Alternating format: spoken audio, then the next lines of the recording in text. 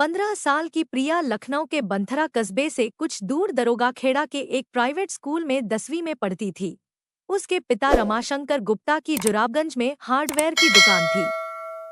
प्रिया के अलावा रमाशंकर गुप्ता के दो और बच्चे थे जो अलग अलग स्कूलों में पढ़ रहे थे। प्रिया देखने में सुंदर और मासूम सी थी।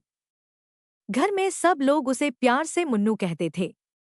घर के बच्चों में वह सबसे बड़ी थी, इसलिए माता पिता उसे कुछ ज्यादा ही प्यार करते थे। घर वालों के इसी लाड़ प्यार में वह कुछ जिद्दी सी हो गई थी। स्कूल में प्रिया की दोस्ती कुछ ऐसी लड़कियों से थी जो खुद को ज्यादा मॉडर्न समझने के चक्कर में प्यार मोहब्बत में पड़ गई थी। उसकी कई सहेलियों के बॉयफ्रेंड थे जिनसे वे उसके सामने ही बातें करती थी। प्रिया इन बातों से दूर रहती थी। वह अपना ज्यादा ध्यान पढ़ाई पर देती थी। लेकिन कहते हैं कि साथ रहने वाले पर थोड़ा बहुत संगत का असर पड़ ही जाता है। सुप्रिया ने कहा, प्रिया, तू हमारी बातें तो खूब सुनती है, कभी अपने बारे में नहीं बताती। तेरा कोई बॉयफ्रेंड नहीं है क्या? नहीं, मैं इन चक्करों में नहीं पड़ती। अच्छा, और मोबाइल? आरती ने चौंकते हुए सवाल किया। नहीं, अभी तो मोबाइल भी नहीं है। मैं तो तुम लोगों से अपनी माँ के मोबाइल से ही बातें करती हूँ। अरे किस जमाने में जी रही है तू यार। यहाँ लोगों के पास स्मार्टफोन है जिससे वे फेसबुक और व्हाट्सएप का उपयोग कर रहे हैं, और एक तू है कि तेरे पास मोबाइल भी नहीं है। आरती ने उपेक्षा से कहा। सहेली की बात प्रिया को भी चुभी। उसे लगा कि वह अपने स्कूल की सभी लड़कियों में सबसे पीछे है। उसका न तो कोई बॉयफ्रेंड है और न ही उसके पास कोई मोबाइल। वह यह सब सोच ही रही थी कि उसकी दूसरी सहेली बोली, प्रिया, यह बता कि कभी तूने खुद को आईने में गौर से देखा है? जानती है जितनी तू सुंदर और समझदार है, तुझे तमाम लड़के मिल जाएंगे। उनमें जो सही लगे उसे बॉयफ्रेंड बना लेना। फिर देखना, मोबाइल वह खुद ही दिला देगा। सहेलियों की बातों ने प्रिया पर असर डालना शुरू कर दिया।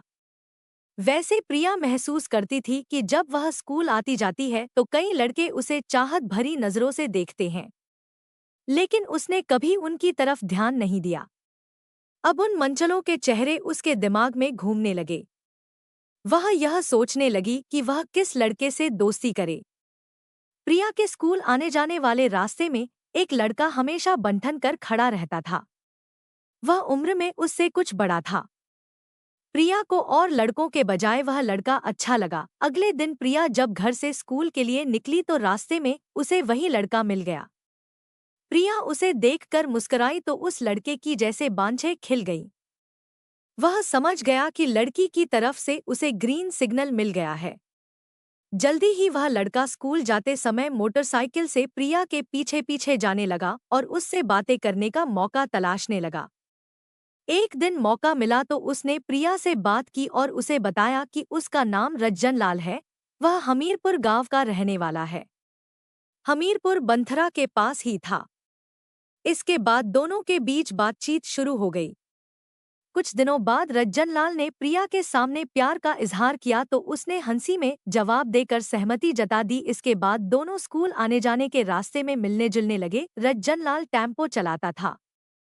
प्रिया को जब उसके काम के बारे में पता चला तो उसने रज्जन लाल को टेम्पो चलाने के बजाय कोई दूसरा काम करने की सलाह दी। बात प्रेमिका की पसंदगी की थी, इसलिए उसने अगले दिन से ही टेम्पो चलाना बंद कर दिया और कोई दूसरा काम खोजने लगा।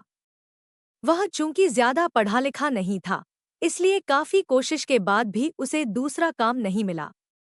रज्जन लाल को पता था कि प्रिया के पिता रमाशंकर गुप्ता की हार्डवेयर की दुकान है। उनकी दुकान पर उसका एक दोस्त काम करता था। उसी की मार्फत उसे जानकारी मिली कि रमाशंकर को अपनी दुकान के लिए एक और लड़के की जरूरत है। रज्जन लाल ने सोचा था कि अगर उनकी दुकान पर उसे नौकरी मिल जाती है तो उसे प्रिया से मिलने में आसानी होगी। अपने उसी दोस्त की मार्फत रज्जन लाल ने रमाशंकर गुप्ता से नौकरी के बारे में बात की। फलस्वरूप उनके यहाँ उसे नौकरी मिल गई। अगले कुछ दिनों में ही रज्जन लाल ने अपने कामकाज से रमाशंकर पर विश्वास जमा लिया। उन्हें यह पता नहीं था कि उसका उनकी बेटी प्रिया के साथ कोई चक्कर चल रहा है।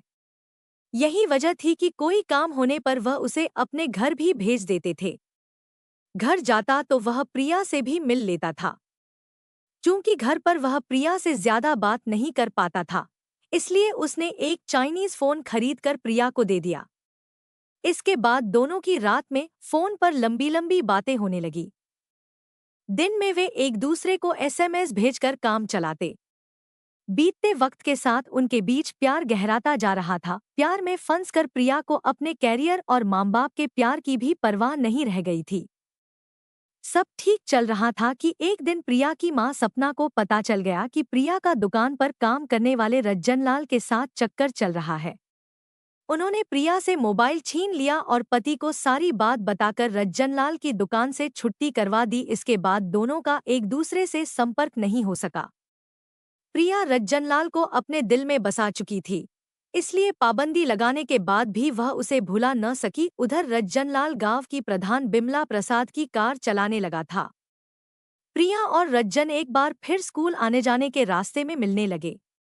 रज्जनलाल के प्यार में पड़कर प्रिया ने न केवल अपने माता पिता का विश्वास खो दिया था, बल्कि वह अपनी पढ़ाई भी नहीं कर पा रही थी। स्कूल के टीचरों और छात्रों के बीच भी उसके और रज्जनलाल के संबंध के चर्चे होने लगे थे। बेटी की वजह से रमाशंकर की कस्बे में खासी बदनामी होने लगी तो उन्होंने प्रिया को डांटा और उसका स्कूल जाना बंद करा दिया। इससे रमाशंकर को लगा कि अब शायद प्रिया सुधर जाएगी और रज्जनलाल से दूरी बना लेगी। हालांकि वह चाहते थे कि प्रिया अपनी पढ़ाई पूरी कर ले, लेकिन उसके बदम बहक जाने की वजह से उन्हें यह कठोर फैसला लेना पड़ा था। खुद के ऊपर पाबंदी लगाए जाने पर एक दिन प्रिया ने ज्यादा मात्रा में नींद की गोली खाकर जान देने की कोशिश की। यह बात रज्जनलाल को पता चली तो उसे इस बात का दुख हुआ। वह प्रिया से बात करके उसे समझाना चाहता था, लेकिन उसे प्रिया से मिलने का कोई रास्ता नजर नहीं आ रहा था। ऐसे में उसे अपने उस दोस्त की याद आई जो प्रिया के पिता की दुकान पर काम करता था। उसने एक मोबाइल और सिम कार्ड खरीदकर उसके हाथों प्रिया के पास भिजवा दिया। इसके बाद उन दोनों के बीच फिर से बातचीत का सिलसिला शुरू हो गया। इसके साथ ही रज्जनलाल प्रिया का दीदार करने की कोशिश में उसके घर के आसपास मंडराने लगा। रमाशंकर ने जब यह देखा तो उन्होंने इसकी शिकायत उसके घर वालों से की। रज्जनलाल की शिकायतें सुनकर उसके घर वाले परेशान हो चुके थे। उन्होंने सोचा कि अगर रज्जनलाल की शादी कर दी जाए तो वह प्रिया को भूल जाएगा। कुछ दिनों बाद रज्जनलाल के लिए उन्नाव जिले के गांव मटियारी में रहने वाले प्रहलाद की बेटी अलका से शादी का प्रस्ताव आया। लड़की ठीक ठाक थी, इसलिए घर वालों ने फटाफट उसकी शादी अलका से तय कर दी। चूंकि घर वालों को शादी की जल्दी थी, इसलिए 21 फरवरी 2014 को शादी का दिन मुकर्रर कर दिया गया। दोनों ही तरफ से शादी की तैयारियां होने लगी। उधर घर वालों के दबाव में रज्जनलाल शादी के लिए इनकार तो नहीं कर सका, लेकिन वह मन से इस शादी के लिए तैयार नहीं था। उसके दिल में तो प्रिया ही बसी थी। जैसे जैसे 21 फरवरी नजदीक आ रही थी, उसकी चिंता बढ़ती जा रही थी। इसी चिंता में 19 से 20 फरवरी की रात उसे नींद नहीं आ रही थी। करीब 12 बजे उसने प्रिया के मोबाइल पर एसएमएस किया, जिसमें लिखा था, हम तेरे बिन अब जी नहीं सकते। हम न खुद किसी के होंगे और तुमको किसी और का होने देंगे। दूसरी तरफ से प्रिया ने भी उसका साथ निभाने के वादे के साथ एसएमएस किया। प्रिया का एसएमएस पाने के बाद रज्जनलाल ने मन ही मन एक खतरनाक योजना बना ली, जिसके बारे में उसने प्रिया को भी बता दिया। उस रात प्रिया अपनी माँ के पास लेटी थी। बेटी को देखकर माँ यह अंदाजा नहीं लगा पाई कि वह उनके विश्वास को तोड़ने की साजिश रच चुकी थी। देर रात जब घर के सब लोग सो गए तो करीब 1 बजे प्रिया छत के रास्ते से निकलकर घर से बाहर आ गई। योजना के अनुसार रज्जनलाल अपनी मोटरसाइकिल लेकर उसके घर से कुछ दूर आकर खड़ा हो गया। प्रिया उसके पास पहुंच गई। वहां से दोनों मोटरसाइकिल से लालाखेड़ा चले गए। बंथरा के पास स्थित लालाखेड़ा के टुडियाबाग स्थित प्राथमिक विद्यालय में एनएसएस का शिविर लगा था। इस शिविर में छात्र अपने टीचरों के साथ रुके हुए थे। 20 फरवरी 2014 की सुबह 7 बजे के वक्त शिविर के कुछ छात्र खाना बनाने के लिए लकड़ी लेने गांव से कुछ दूर एक खेत के नजदीक पहुंचे तो वहां एक लड़की की लाश देखकर उनकी चीख निकल गई। लाश औंधे मुंह पड़ी थी। छात्रों ने यह बात अपने टीचरों को बताई तो उन्होंने इसकी सूचना थाना बंथरा पुलिस को दी। थाना प्रभारी वीरेंद्र सिंह यादव पुलिस बल के साथ घटनास्थल पर पहुंच गए।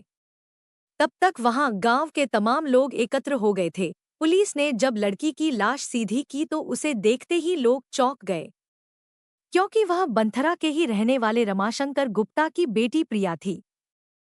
जिस जगह लाश पड़ी थी वहीं पर एक मोटरसाइकिल खड़ी थी और एक तमंचा भी पड़ा हुआ था। पुलिस लाश का अभी मुआयना कर ही रही थी कि कुछ लोगों ने बताया कि पास के ही एक पेड़ पर एक युवक ने फांसी लगा ली है। उसकी लाश महुआ के पेड़ में लटक रही है। थाना प्रभारी तुरंत उस महुआ के पेड़ के पास पहुंचे। वह पेड़ वहां से लगभग 50 मीटर दूर था। उन्होंने देखा पेड़ में बंधी लाल रंग की चुन्नी से एक युवक की लाश लटक रही है। पुलिस ने जब लाश को नीचे उतरवाया तो लोगों ने उसकी शिनाख्त रज्जनलाल के रूप में की। पुलिस को लोगों से यह भी पता चला कि प्रिया और रज्जन का प्रेम संबंध चल रहा था। दो लाशें मिलने की खबर आसपास के गांव वालों को चली तो सैकड़ों की संख्या में लोग वहां पहुंच गए। प्रिया और रज्जनलाल के घर वाले भी वहां पहुंच चुके थे। थाना प्रभारी वीरेंद्र सिंह यादव ने यह सूचना अपने अधिकारियों को दी तो लखनऊ के एसएसपी प्रवीण कुमार त्रिपाठी, एसपी पूर्वी क्षेत्र राजेश कुमार, एसपी क्राइम रविंद्र कुमार सिंह और सीओ कृष्णानगर हरेंद्र कुमार भी मौके पर पहुंच गए। सभी पुलिस अधिकारियों ने घटनास्थल और लाशों का मुआयना किया। प्रिया की कमर का घाव देखकर लग रहा था कि उसकी हत्या वहां पड़े तमंचा से गोली मार कर की गई थी। अधिकारियों ने अनुमान लगाया कि रज्जनलाल ने पहले प्रिया को गोली मारी होगी और बाद में उसने खुद को फांसी लगाई होगी। प्रिया की लाश के पास जो मोटरसाइकिल बरामद हुई थी, पता चला कि वह रज्जनलाल की थी। पुलिस ने घटनास्थल की जरूरी कार्रवाई निपटाकर दोनों लाशों को पोस्टमार्टम के लिए भेज दिया। उधर रज्जनलाल के भाई राजकुमार ने आरोप लगाया कि उसके भाई और प्रिया एक दूसरे से प्यार करते थे, इसलिए प्रिया के पिता रमाशंकर ने कुछ लोगों के साथ मिलकर प्रिया और रज्जनलाल की हत्या की है। उसने इसे ऑनर किलिंग का मामला बताते हुए आरोपियों के खिलाफ रिपोर्ट दर्ज करने की मांग की। रज्जनलाल बंथरा की ग्राम प्रधान विमला कुमार की गाड़ी चलाता था। विमला के पति रिटायर पुलिस ऑफिसर थे। वह भी थाना पुलिस के ऊपर दबाव डालने लगे तो पुलिस ने राजकुमार की तहरीर पर रमाशंकर और उनके नौकर राजू आदि के खिलाफ भादमवी की धारा 302 और 201 के तहत मुकदमा दर्ज कर लिया। दूसरी ओर प्रिया के पिता रमाशंकर का आरोप था कि रज्जनलाल उनकी बेटी को बहला फुसला कर भगा ले गया और उसकी गोली मारकर हत्या कर दी। रमाशंकर गुप्ता ने इस संबंध में थाना प्रभारी को एक तहरीर भी दी। इस मामले की जांच थाना प्रभारी वीरेंद्र सिंह यादव खुद कर रहे थे। 20 फरवरी को जब दोनों लाशों का पोस्टमार्टम हुआ तो उसकी पूरी वीडियोग्राफी कराई गई, जिससे कार्रवाई में पारदर्शिता बनी रहे और पुलिस के ऊपर अंगुली न उठे। पोस्टमार्टम रिपोर्ट में रज्जनलाल के मरने की वजह फांसी के फंदे के कारण दम घुटना बताया गया। उसके शरीर पर किसी तरह की चोट का कोई निशान नहीं था। सारी हकीकत सामने आ सके इसके लिए एसएसपी प्रवीण कुमार ने एसपी रविंद्र कुमार सिंह को भी इस मामले की जांच में लगा दिया। रज्जनलाल ने हताशा में यह कदम उठा तो लिया, लेकिन ऐसा करने से पहले उसने यह नहीं सोचा कि जिस लड़की से अगले ही दिन उसकी शादी होने वाली थी, उस पर और उसके घर वालों पर क्या गुजरेगी। अलका को जब पता चला कि उसके होने वाले पति रज्जनलाल ने खुदकुशी कर ली है तो उसके पैरों तले से जमीन खिसक गई। उसके यहाँ शादी की जो तैयारियां चल रही थीं, वह मातम में बदल गईं। पिता प्रहलाद की समझ में नहीं आ रहा था कि ऐसे में करें तो क्या करें।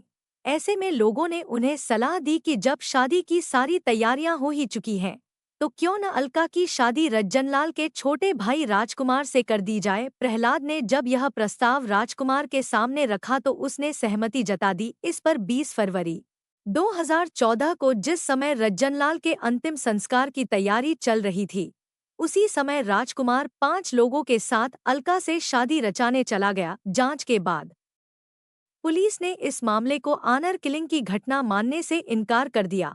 कुछ लोगों ने पुलिस की इस बात को झुठलाते हुए पुलिस के खिलाफ विरोध प्रदर्शन किया और कानपुर लखनऊ हाईवे पर जाम लगा दिया। जाम लगाने वालों की पुलिस ने वीडियोग्राफी कराई और बड़ी मुश्किल से समझा बुझा कर जाम खुलवाया। इसके बाद पुलिस ने हाईवे जाम करने वालों के खिलाफ मुकदमा दर्ज कर लिया।